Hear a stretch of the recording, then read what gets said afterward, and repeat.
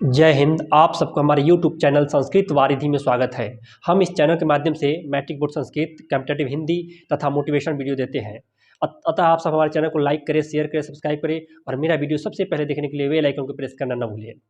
तो आज हम आप सबको कारक पढ़ाने जा रहे हैं।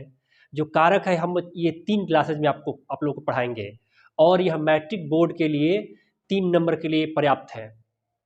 और यही नहीं, ये मैट्रिक बोर्ड के लिए नहीं, आपका उच्च क्लास में भी काम आएगा और इसके जो नीचे क्लास है उसमें भी काम आएगा। मतलब आपका जो ये 5 से लेकर और ग्रेजुएशन तक ये कारक कहीं ना कहीं आपका साथ देगा। तो ठीक है, मैं आज कारक भाग 1 पढ़ाने जा रहा हूँ।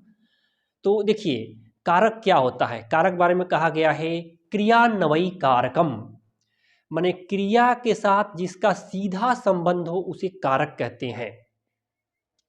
कारक बता दिए हम कि क्रिया के साथ जिसका सीधा संबंध हो उसे कारक कहते हैं। कारक के 6 भेद होते हैं। कर्ता कारक, कर्म कारक, करण कारक, संप्रदान कारक, अपादान कारक और अधिकरण कारक। इस तरह कारक 6 होते हैं और ये 6 बता दिए। और इसी प्रकार कारक को आगे चलाने के लिए इसमें 2 विभक्ति वाली कारक को भी जोड़ दिया जाता है, मतलब कि संबंध कारक और संबोधन कारक। यह कारक नहीं है लेकिन इसको हम लोग जोड़कर पढ़ाते हैं, लेकिन प्रायः जो सही है वह कारक मात्र 6 तरह के होते हैं, 6 तरह के।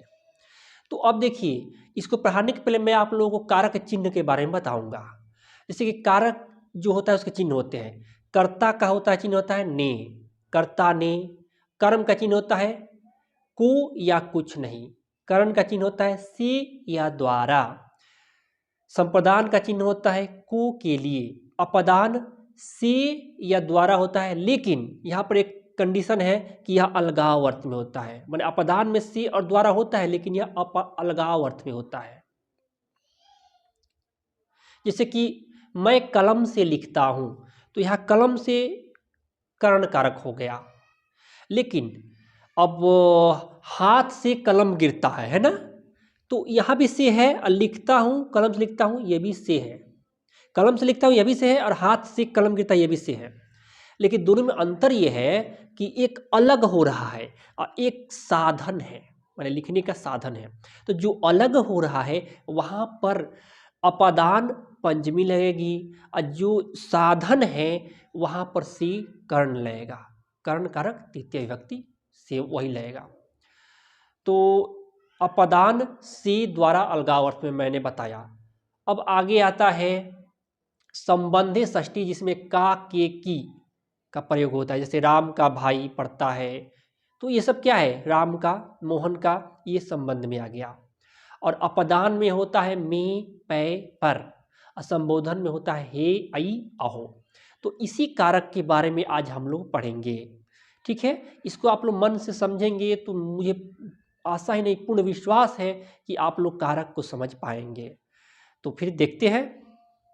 यहाँ पर लिखा है कारक भाग 1, है ना। सूत्र है जो एक पाणिनि का सूत्र है, क्रियान्वयी कारकम। क्रिया के साथ जिसका सीधा या प्रत्यक्ष संबंध हो उसे कारक कहते हैं। जैसे बालकः पठति, लड़का पढ़ता है। कौन पढ़ रहा है, लड़का पढ़ता है। तो इस वाक्य में पठति क्रिया का प्रत्यक्ष संबंध बालक से है, इसलिए बालक कर्ता कारक है। मतलब कि कौन पढ़ रहा है, क्रिया कौन कर रहा है, बालक।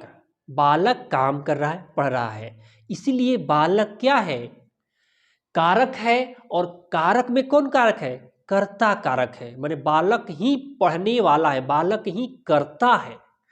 तो यह क्या है, तो यह बालका पढ़ती एक कारक है। ठीक है,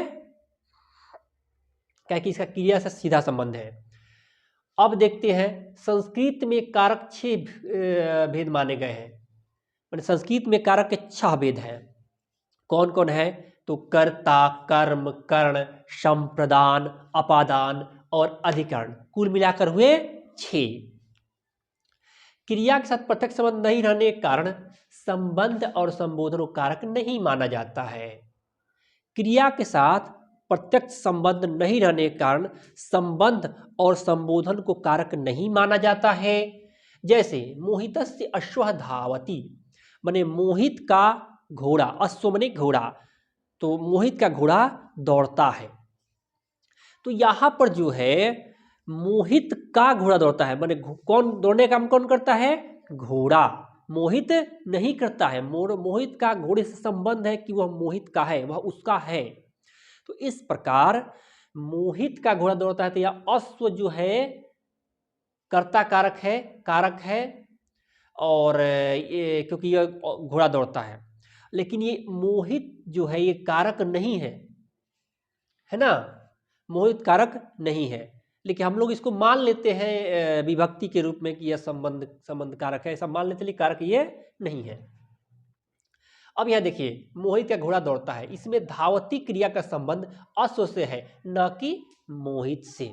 ठीक है, अब आते हैं हम लोग, पहला कारक पढ़ा रहे हैं कर्ता कारक। कर्ता कारक, इसका चिन्ह है ने या जीरो, माने कुछ नहीं, चिन्ह है ने या कुछ नहीं। स्वतंत्र कर्ता, क्रिया के संपादन में जो स्वतंत्र हो उसे कर्ता कारक कहते हैं। कर्ता कारक में प्रथमा विभक्ति लगती है, जैसे लड़का पुस्तक पढ़ता है तो बालकः पुस्तकम पठति, माने पढ़ने का काम कौन कर रहा है? बालक, माने पढ़ने वाला कौन है? बालक, इसलिए बालक कर्ता कारक है। आगे है संबोधने च, माने संबोधन में प्रथमा विभक्ति लगती है, जैसे हे कृष्ण पुस्तक आनया, हे कृष्ण पुस्तक लाओ।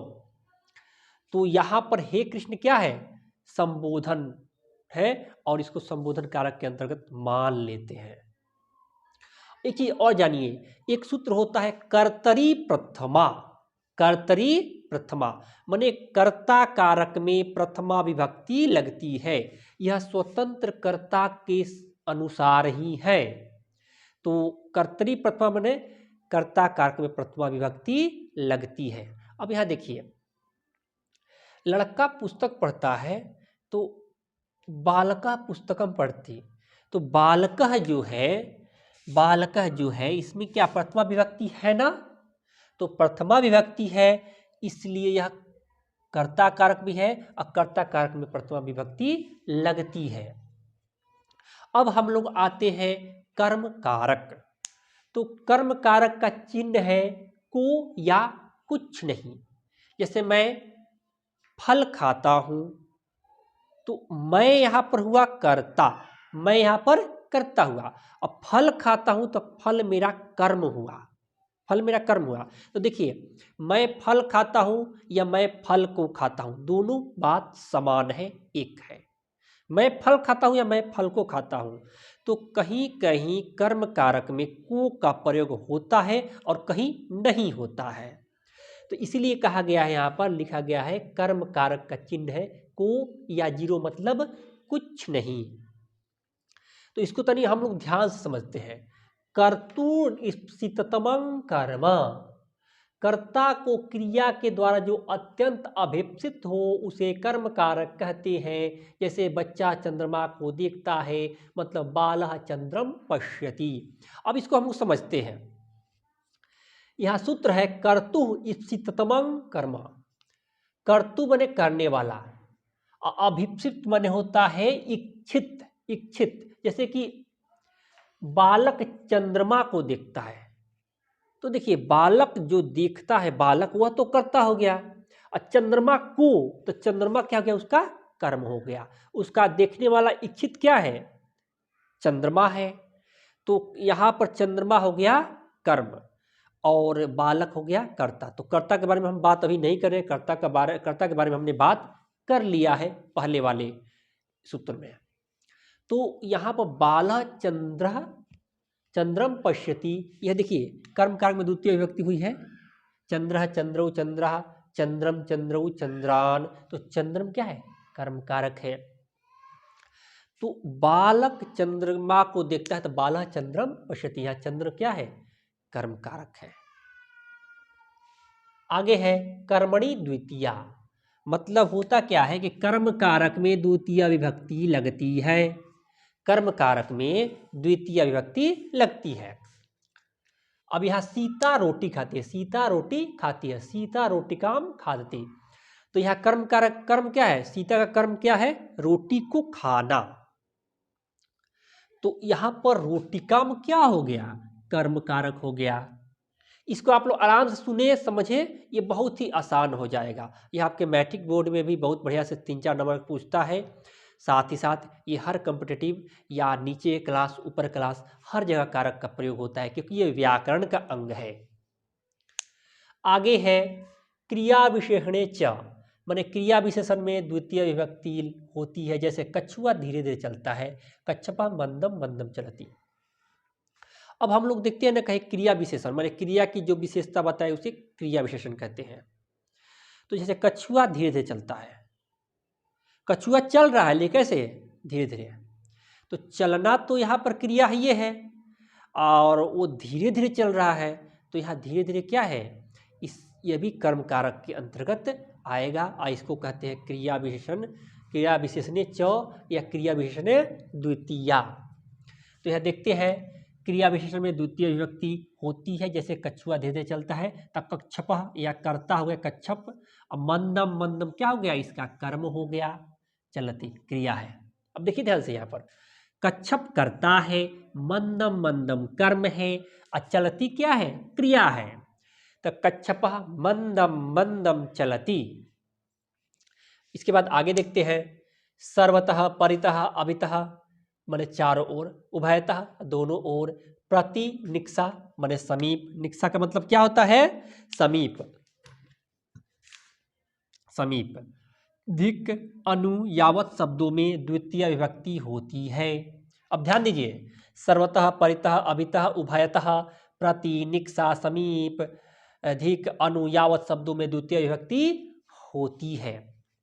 जैसे देखते हैं गांव के चारों ओर खेत है, ग्रामम सर्वतः क्षेत्राणि सन्ति। अब यह समझने योग्य बात है कि गांव के चारों ओर खेत है, तो यहाँ पर ग्रामस्य, ग्रामस्य होना चाहिए। गांव के का संस्कृत होता है ग्रामस्य, तो ग्रामस्य सर्वतः क्षेत्राणि सन्ति होना चाहिए। लेकिन यहाँ पर इस सूत्र के अनुसार ऐसा नहीं है। इस सूत्र के अनुसार जहां पर सर्वतः परितः अभितः आए वहां पर द्वितीय विभक्ति होगी। जैसे हम देखते हैं ग्रामम सर्वतः क्षेत्राणि सन्ति, माने गांव के चारों ओर क्षेत्र माने खेत है, चारों ओर माने सभी जगह। तो यहाँ पर षष्ठी के जगह पर द्वितीय लगी है, का ग्रामम द्वितीय है। फिर घर के दोनों ओर पेड़ है, तो गृहम उभयतः वृक्षा सन्ति, यह सूत्र के अनुसार यहाँ पर द्वितीय विभक्ति हुई है। वैसे होना क्या चाहिए था, तो गृहस्य उभयतः वृक्षा सन्ति, माने घर के चारों दोनों ओर वृक्ष है, इसका गृहस्य होना चाहिए था, लेकिन गृहस्य नहीं हुआ है। इस सूत्र के अनुसार कर्म कारक द्वितीय विभक्ति हुई है। इसमें आगे है नदियां समुद्र के पास जाती है। तो नदियां माने बहुत सी नदियां है ना, तो नदी नद्यौ नद्यः, नद्यः बहुवचन हो गया। तो नद्यः समुद्रम प्रति गच्छन्ति, समुद्रम प्रति गच्छन्ति माने नदियां समुद्र के पास जाती है, नदी नद्यः समुद्रम प्रति गच्छन्ति। यहाँ पर भी षष्ठी के जगह पर द्वितीय विभक्ति हुई है। आगे है विद्यालय के निकट नदी है, तो विद्यालयम निक्सा नदी अस्ति। तो यहाँ पर विद्यालय के का संस्कृत हुआ है विद्यालयम माने द्वितीय हुई है, जबकि षष्ठी होना चाहिए था, लेकिन इस सूत्र से यहाँ पर द्वितीय हुई है।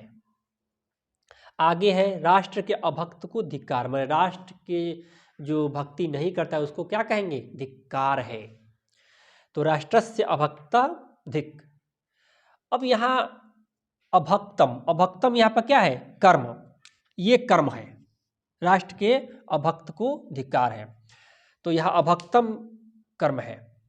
लेकिन अब यहाँ आप लोग जान लीजिए, यहाँ पर षष्ठी विभक्ति होनी चाहिए थी, लेकिन हुई क्या, द्वितीया। किस सूत्र के अनुसार, तो सर्वतः परितः अभितः उभयतः प्रति निक्साधिक अनु यावत शब्दों में द्वितीया विभक्ति होती है, इस सूत्र के अनुसार। तो ठीक है, इस कारक को आप लोग ये भाग में पढ़ा, इसको आप लोग समझ लेंगे। और ये एक चीज़ ध्यान लीजिएगा, आप लोगों को थोड़ा सा दिक्कत होता है तो बालक शब्द रूप के अनुसार सब हमने सेट किया है, बालक शब्द रूप को याद कर लेंगे, समझ लेंगे, क्योंकि बालक शब्द रूप जो है वह भी 2-3 नंबर का मैट्रिक बोर्ड में पूछता है। और साथ ही साथ बालक से ही यह सब सेट हुआ है कारक, तो ये भी आपका 2-4 नंबर का पूछेगा।